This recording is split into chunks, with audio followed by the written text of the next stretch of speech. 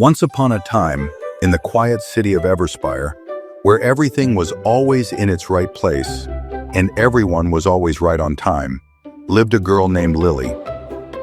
She dreamed of dragons, pirates, and wild balloon adventures waiting just for her. But Everspire was calm. Very calm. Very, very calm. People moved without surprises, without mishaps, without even occasionally slipping on a banana. Every morning, Lily walked through streets so perfectly arranged, they looked ironed flat. She would go to school, come back home, and every day looked exactly the same. Lily didn't know it yet, but her city stayed so ordinary for a reason. Someone was working very, very hard to keep it that way. Too hard, actually. In a house everyone ignored because it didn't look like it belonged to Everspire at all. Every day, on her way back home, Lily would stare at this house. Too afraid to approach it, yet convinced its door would lead to all the adventures she had always dreamed of. And well,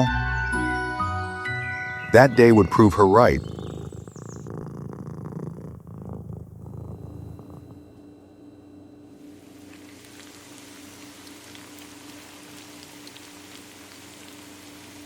That evening, in the kitchen, Lily was reading at the table again, her thoughts drifting back to the crooked house and the cat's unmoving stare. Come on, sweetheart, close the book. You need to eat. I'm almost done with this chapter. It's not good for you to spend all your time in stories. Not after what happened. The only sad event that had ever occurred in Everspire. Is this about him? Your dad was a dreamer too. He always believed nothing bad could happen if he just imagined hard enough. Don't say that about Dad. He was right. He reached too far.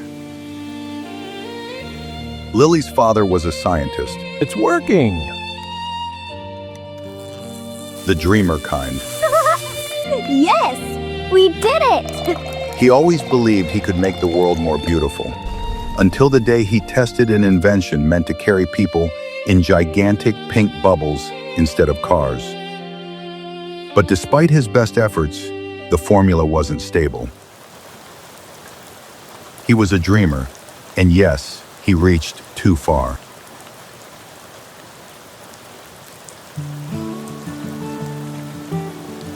At the mention of her father, whom she missed so much, Lily left the table and wandered through the city, always so neat, so silent. And when she finally raised her head, she saw him, the cat. Without even noticing, she had walked to the house that occupied her mind so often. And well, this time, she would dare to enter. Inside, strange machines hummed softly, blinking like quiet warnings.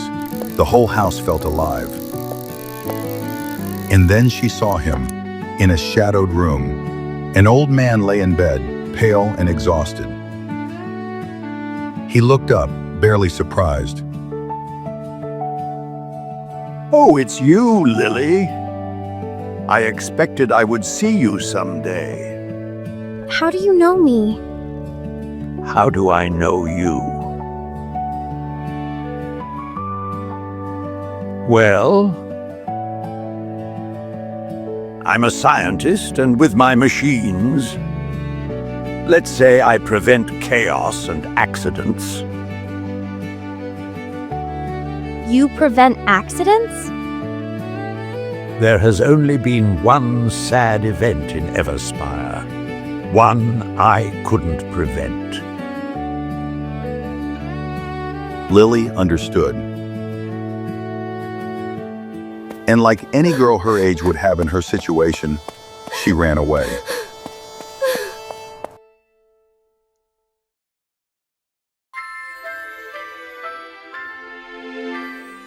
The next morning, the same quiet sun would rise on the same quiet city. Lily would wonder if what happened was for real. She would have dreamt of her father too. On her way to school, she would see the house, go back in, and tell the professor, You need help. I want to prevent sad events. Yes, young girl, yes. Indeed, I need help. She learned fast, faster than she knew. And little by little, she reconnected with the world around her. Her mother noticed Lily leaving with a lighter step, eyes finally bright again.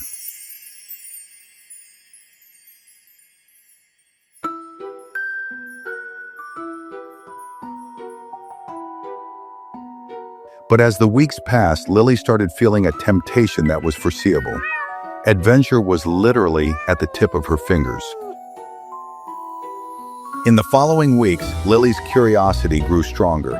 And one evening, while adjusting a cluster of wires, she finally said it. Professor, what if we let a little chaos in? The professor froze, fear in his eyes, then guilt.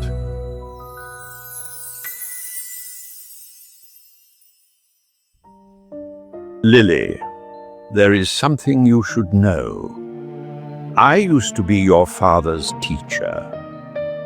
Now, if we apply this theorem to the gravitational constant, the solution becomes immediately apparent. He believed wonder made the world better. And maybe he was right. But his vision was dangerous because you can't control wonder, because wonder is also chaos.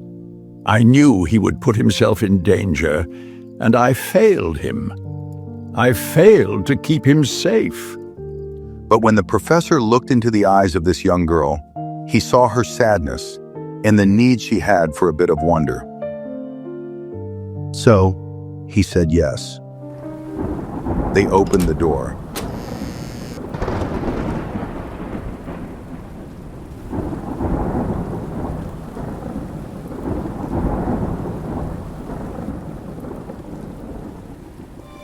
Chaos slipped in. A little more each day. And for a moment, Lily felt that Everspire was alive. But one evening, a playful dragon breathed out a long ribbon of fire. That night, Lily realized something her father had understood, and something the professor had spent his whole life wrestling with. Wonder makes life worth living, but order keeps people safe. Lily ran back to the crooked house to tell the professor, to ask for advice and what to do now. But the room was quiet, the lights dim, and the professor was gone.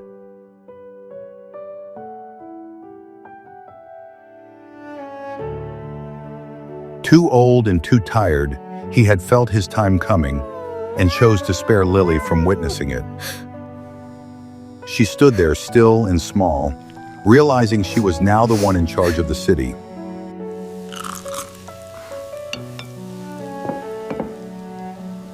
And so from that day on, Lily protected Everspire. She watched over the city the way the professor once had. She repaired the machines. But sometimes, on purpose, she would leave a window open, just wide enough for a tiny dragon to slip through the sky. Because she knew now, her father was right, the professor was right, and she would spend her life walking the line between the two.